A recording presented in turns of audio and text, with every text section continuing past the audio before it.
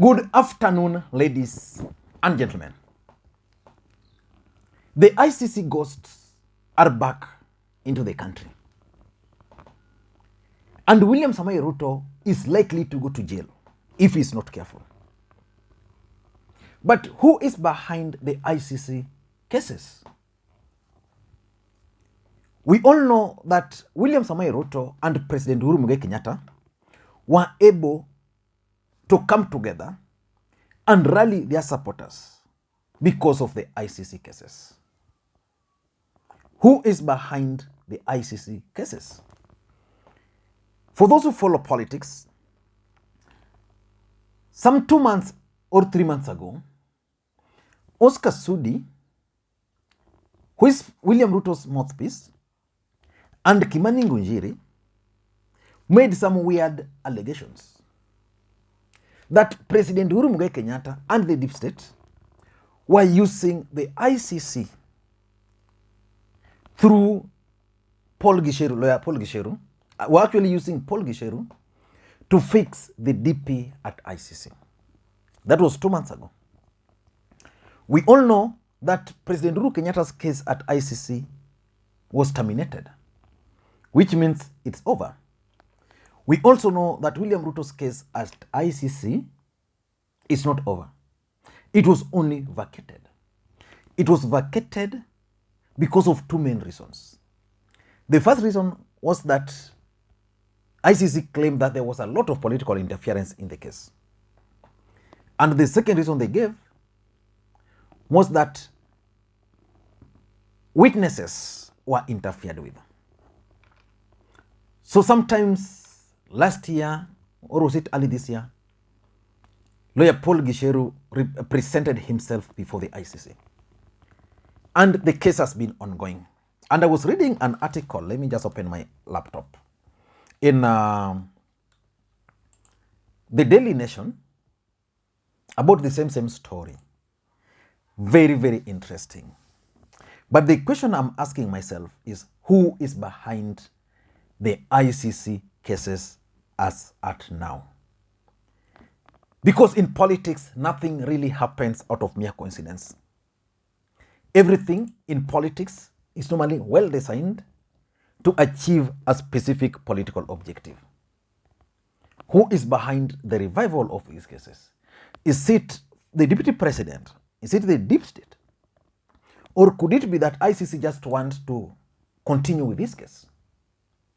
So in this video today, I want us to look at probably why this ICC cases is coming back at this particular time. But before you do that, for those who are watching this channel for the first time, I want you to click the subscribe button so that next time you produce a video like this, YouTube will automatically notify you. And to the subscribers, I want to continue thanking you guys for your continued support. Now, let me read for you what the standard, the Daily Nation is saying here, that Paul Gicheru's trial at the ICC has taken a new twist. This after the prosecution gave evidence showing that Deputy President William Ruto was involved in witness bribery schemes that paralyzed the case against him and radio presenter Joshua Arap. The evidence establishes that the pattern of witness interference was conducted for the benefit of and in coordination with William Samoei Ruto. Now that's part of the statement.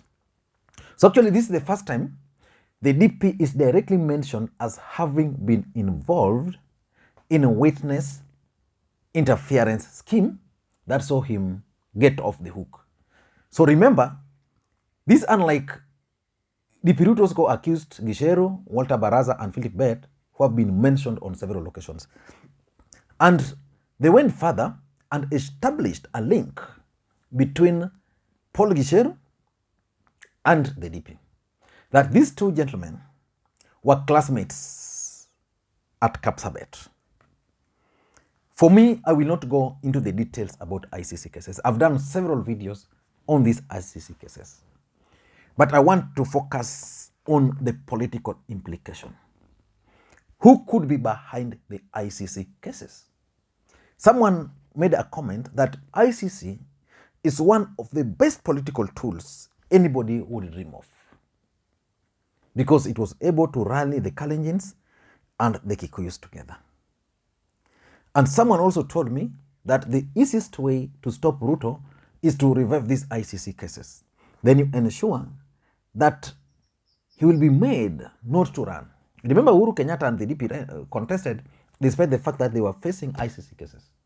So it will be difficult to stop Ruto based on that, but there's a chance someone can attempt to do that. But why do you think this case is being revived? And by who?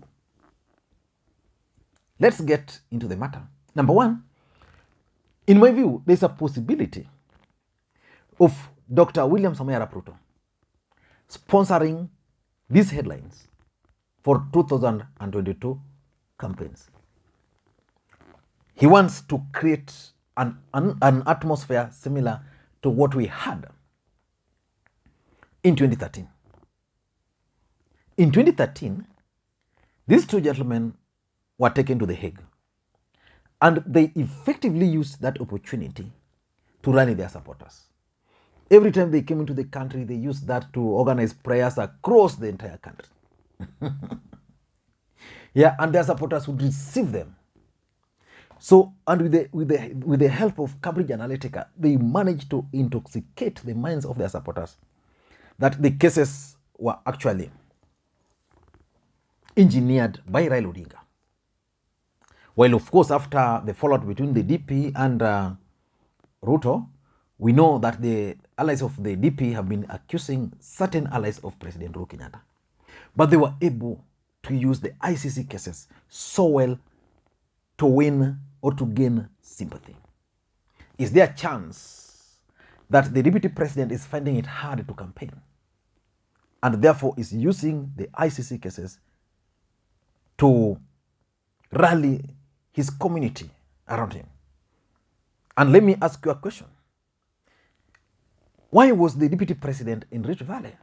And the moment he left ICC, is there a chance that he went there to test whether there's a possibility of using ICC to rally these people and to send a warning to anybody that don't joke?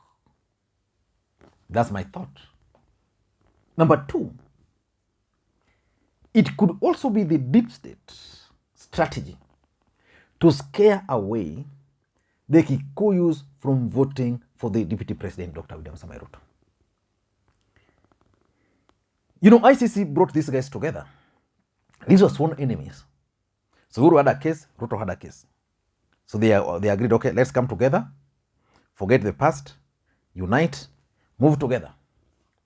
But now the president and his team are pulling this side. The DP is this side.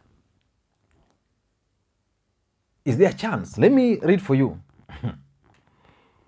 something which I saw someone post on Facebook. Very interesting, because I can't rule out the possibility of deep state planning to use this to scare Kikuyus. Because let me just read for you what this guy is posting. There's a gentleman called Masharia wa Mwihaki. Masharia wa Mwihaki. He's saying, in November 15th, 2015, I posted this story that is on the Waki report. To those who accuse me of reviving these stories now, note this was 2015. I've seen Daily Nation story of today, May Justice Flow Like a River. And in the story, is narrating how on the 31st of December 2007, at around 5 p.m., he had a family get together. There's a guy there called Joseph Mongi Masharia. He had a family get together in his house at Chagaya village in Kasese location, when a group of about 40 young men, amongst them his neighbors, struck. They said they wanted 5 heads from that house, his and the 4 sons. As he pleaded for mercy, one of them struck his son on the chest with a club, and another shot him with an arrow as he tried to escape. Another son was pierced with a spear, and his throat was cut. The rest of the family tried to hide inside the house, but it was broken down and they were pulled out. His daughter and child were pulled out and their throats were slit. So that is a story in the Wake report. So this guy is claiming, he mentioned, he talked about this story in 2015, but again, it's coming up.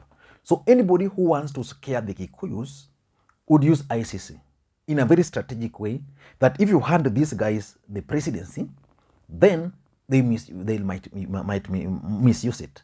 So in this case, they're trying to use scare tactics to scare them that now, what will these guys do if they have the power? So it could be the deep state. Number 3, I think the ICC ghost is just coming back. Witnesses, people died in this country. Several witnesses disappeared. Someone like Paul Gicheru has never seen peace. He confessed that. He has never seen peace since those times. So probably his conscience is telling him that I need to tell the truth so that I can feel free. And that's exactly probably what he's doing there. Otherwise, he would have just refused to go to ICC. And the president, I don't think, would have forced him to go to ICC because he was also one of the victims there. So I think maybe the ghost is just making a comeback because it's a strong case. Number 4, there's a probability that someone is keen on disrupting William Ruto's campaign. You know, when you have a case as this, as big as ICC, where evidences are being deduced, someone will link the DP to witness interferences, some witnesses were actually eliminated, it means the DP would now start figuring out, where do I get lawyers? Who can represent me in this case? How do I go with this? So we'll have a lot of strategy meetings to deal with ICC instead of dealing with this 2022 presidential bid. Are you getting the point? So I tend to think that probably someone somewhere has sat down and realized that the best way to distract the DP from his campaigns, which is picking up, let us come up with the ICC so that he can take more of his time and focus on ICC. And because he doesn't have deep state, it will be very difficult. And lastly, is there a chance that someone wants to stop William Ruto from running for the presidency? Chapter 6 of our Constitution. And that takes you to what Atwoli once said, that William Ruto might not be on the ballot.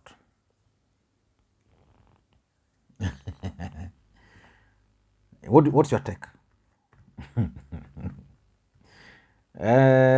Thank you, guys. And by the way, Musalia Mudavadi is making a lot of noise. Musalia Mudavadi is complaining bitterly that Kalonzo Musyoka invited Raila Amolo Odinga to his National Delegates Conference meeting, which is taking place today, as a guest. That Kalonzo ought not to have allowed Raila Odinga or invited Raila Odinga to that meeting, while he himself, Musalia Mudavadi himself, has been invited. So the question is, why do you think Stephen Kalonzo Musyoka invited Raila Odinga to this meeting? I want to read those comments. Thank you, guys, and let me know. Do you think ICC is good for William Ruto or is good for the deep state? Let me read those comments. Thank you, guys, and may you have a good day. Bye-bye.